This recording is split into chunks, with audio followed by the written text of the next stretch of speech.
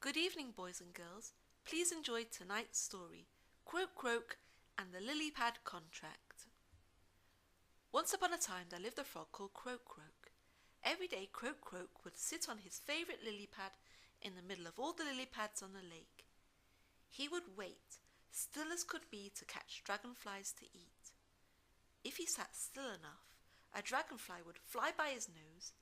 Then, quicker than the blink of your eye, he would lash out his tongue and curl it around the dragonfly. Then, quicker than a blink of your eye, whip the dragonfly back into his mouth, and with one big chomp and a gulp, swallow the dragonfly whole. It was tasty indeed. It was Croak Croak's favourite snack. And then, like nothing had happened, he sat with his nose to the sun, waiting for the next dragonfly to pass by. If Croak Croak would be out of the water for too long, his skin would start to feel tight and dry. He would then dive off his lily pad, pushing as hard as he could with his back legs, and splash into the cool lake. He loved to feel the cool water moisten his skin, and he would swim deep into the bottom of the lake and play with his friends between the underwater weeds and grasses. One hot day, Croak Croak decided to swim a little farther away than usual from his lily pad. He needed to spend more time being wet and out of the hot, drying sun.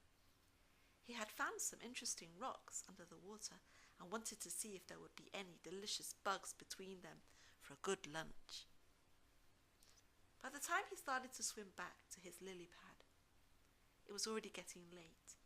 He swam quicker than before and needed a rest and couldn't wait to relax on his lily pad. As he got closer, he lifted his nose and eyes out of the water and got the biggest shock of his life. There was a family of frogs sitting and relaxing on his favourite lily pad.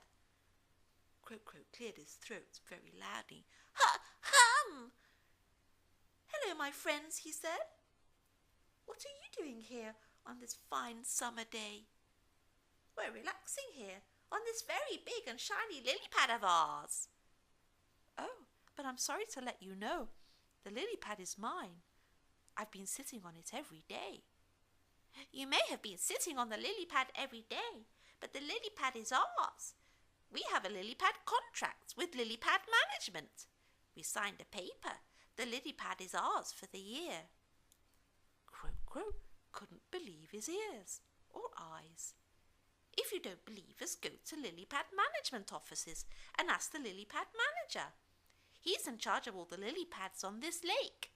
His office is on the other side of the lake between the reeds over there." Croak Croak had never heard of a lily pad contract, but he wanted to find out if it was true. "I definitely will then," said Croak Croak. Already tired from his day of diving, he swam slowly towards the reeds at the other side of the lake. When he reached the reeds, he saw a sign, Lily Pad Management. He slowly pushed aside the reeds until he came to a small clearing. There sat a lumpy toad, and in front of him was a slimy, thick log, and on the log was a pile of leaves with numbers. Croak Croak and the toad stared at each other for a few moments. Then the toad spoke. "I'm about to leave. What do you want?" "Is this lily pad management?" asked Croak Croak. "That's me," grunted the toad. "I wanted my lily pad back. A family has taken my lily pad from me. They say they have a contract. I didn't know there was a contract on my lily pad." "Hold on," grunted the toad. "Which lily pad is it?" "Out there, the biggest one." The toad shuffled through the leaves on the log that was his desk. "Ah, that's lily pad 613. He swiveled his eyes to the front of his face, reading the contract scratched on the leaf. "Yes, that contract is with the family called the Smiths. And wait a minute. Their contract is finishing today. That means if you want, you can sign a new contract and the lily pad will be yours for the year."